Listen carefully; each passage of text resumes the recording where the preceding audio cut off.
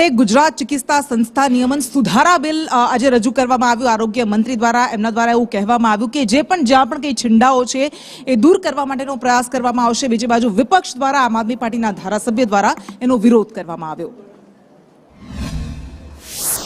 ગુજરાતની અંદર ફિઝિયોથેરાપિસ્ટની જે કોલેજો છે સરકારી, એ માત્ર ને માત્ર 5 જ કોલેજો સરકારી છે અને એમાં માત્ર 68 સીટો દેવી છે જે સરકારી ભરતી દ્વારા ભરવામાં આવે છે અને એની સામે ગુજરાતની અંદર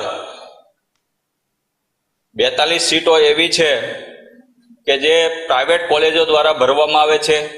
એટલે કે ફિઝિયોથેરાપિસ્ટની કોલેજોમાં પ્રાઇવેટીકરણ ખૂબ મોટા પાયે થઈ રહ્યું છે, જેના કારણે ગરીબ વર્ગના, મધ્યમ વર્ગના બાળકો પોતાના બાળકોને ફિઝિયોથેરાપિસ્ટ ડૉક્ટર બનાવી શકતા નથી।